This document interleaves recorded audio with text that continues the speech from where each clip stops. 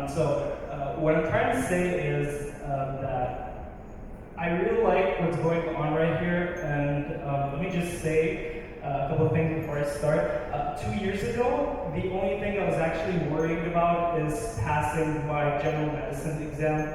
So yeah, it's a huge and weird development to where I am right now in terms of what we're talking about, in terms of food security, in terms of nutrition, in terms of agriculture. I mean, it is a wide world out there. And I guess there is a reason why I'm here today, because 2 years ago, what changed my entire idea about life in general and not being stuck into my own profession in general, because yes, I am a dentist before everything, but why am I standing here?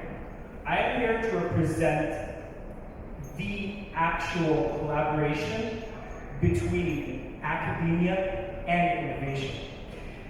Going back to what Mr. Zemek was talking about in panel 3, I'm here to represent Enactus, a global NGO of 36 countries around the world, existing in 56 universities here in Egypt, in which students, academic, and business leaders from all over the world challenge themselves into using entrepreneurial power and entrepreneurial action in order to improve people's lives and provide an even bigger, better, and sustainable future. But what does that have to do with providing security for food, providing nutrition? Well, that goes to Project Blossom, the one we started 2 years ago. Let me just start by saying a couple of things, a couple of words here. Back in the 2000s, the Egyptian Agricultural Bank reported that 52% of the entire world's jasmine oils used to be extracted from here, Egypt.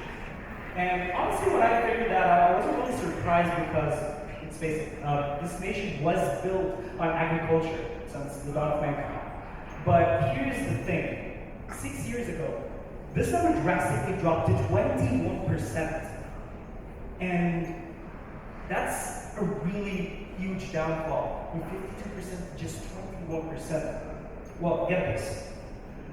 Organic fertilizer prices are over the roof right now. And I'm not just talking about buying one patch for the entirety of 1 acre or 1 hectare. No, we're actually talking about a sustainable product or a sustainable source of organic fertilizer in an entire year worth of plantation and cultivation for multiple agricultural crops and multiple agricultural products at that point. So farmers at that point reached a specific standard into using chemical fertilizers that basically at the very end damaged the soil, and not just that, but devastated the lives of thousands of families that were really benefiting from this product, from these products in general. And we're talking here about the jasmine oil, right?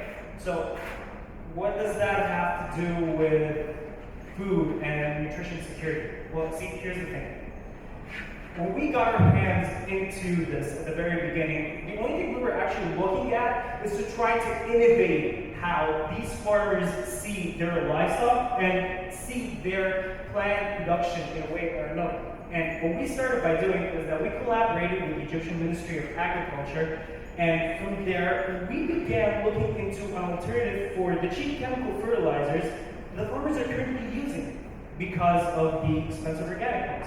So what we did is we started thinking a little bit outside the box. For many years, we've been talking about vermicomposting and how much of a small scale it is in terms of sustainability and in terms of using it in like larger lands. Specifically, if we're looking at 152 acres of land. Honestly, that's a huge amount of land we're talking about here to just use vermicomposting. But we actually did it. We fertilized 152 acres of land using vermicomposting just for jasmine cultivation. And through there, we ended up providing these farmers with distillation units in order for them to extract oils from these jasmines by themselves. That in turn not only provided them with enough security or provided their flowers that they're cultivating right now with enough nutrition and enough strength these flowers need or their crops need, but at the same time, we started turning them into not just entrepreneurs, but efficient agripreneurs. They're entrepreneurs in their own lands. They're entrepreneurs in their own specific domain, their lands. They inherited from their fathers and their fathers and their fathers. But where does that take us at the very end? These farmers ended up making their own social enterprise, realizing an even bigger dream to start an oil extraction social enterprise. And that's when they started their own company, Egypt Aromatic. From there, we didn't just look at jasmine oils and jasmine flower cultivation. No, we're looking here at an even wider scale of multiple crops and plants in which we can use for food security and we can use for oil extraction. But we're talking about multiple of varieties of plants and citrus fruits. See, right now, we're just talking about the industry, but the backside to everything that has been happening behind what we've been doing here in Egypt Aromatic or in our project, in Project Blossom, is that the farmers have started to develop an even newer way for themselves in order to sustain the growth of their plants without having to use even animal manure, even though they have enough money right now to even pay for it. But see, that's the thing. We're not just looking at a safe way or like a safe passage for money just so we can pay for animal manure or organic fertilizers to plant the lands. No, right now what they're doing is that other than using vermicomposting in the jasmine lands, they're actually using fermentation composting in the rest of their crops. And I'm not just talking about the rest of their crops that they're extracting oil out of. No, we're actually talking about their own food stock. We're talking about their own food cultivation. They're using fermentation composting in it, and I know that this has been around the world for quite a while right now, how to use fermentation at your homes, how to use fermentation around your own gardens, but we're talking here about an even bigger scale. We're talking about acres and acres and acres of land in which we're using natural fermentation. We're using natural agricultural waste. We're fermenting it. We're using it as organic fertilizers right now. And this, at the very end, is actually securing healthy food for them. This is actually doubling the production of the product. It's actually doubling the production of their foods in terms of vegetables, in terms of fruits, and it's actually making a huge change in their lives.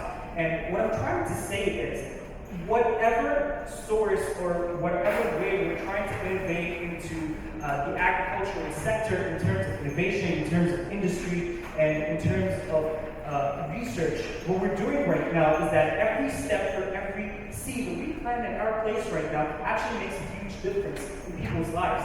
And we're not just talking about essential oils and essential oil extraction units and factories and whatsoever. No, we're talking about even newer ways in order to provide stronger cultivation, in order to provide stronger crops without having to use chemical fertilizers, without having to use animal manure that at the very end produce greenhouse gases and nitrogen oxide. No, we're looking to stay away completely from animal products and from chemical fertilizers in order to provide an even better future. And if you're looking at climate change right now, like across the globe, we're talking about a plant-based production, and a plant-based production not just for our crops or for our production. No, we're talking about a plant-based future for our lands and a plant-based future for our homes and our nutrition.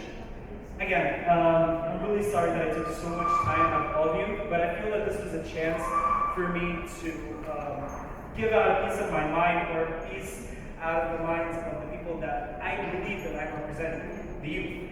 So again, really sorry that I took so much of your time. Thank you so much, and I hope this strikes a point in which we can have more conversation in terms of the future in terms of what we can produce from there on. Thank you.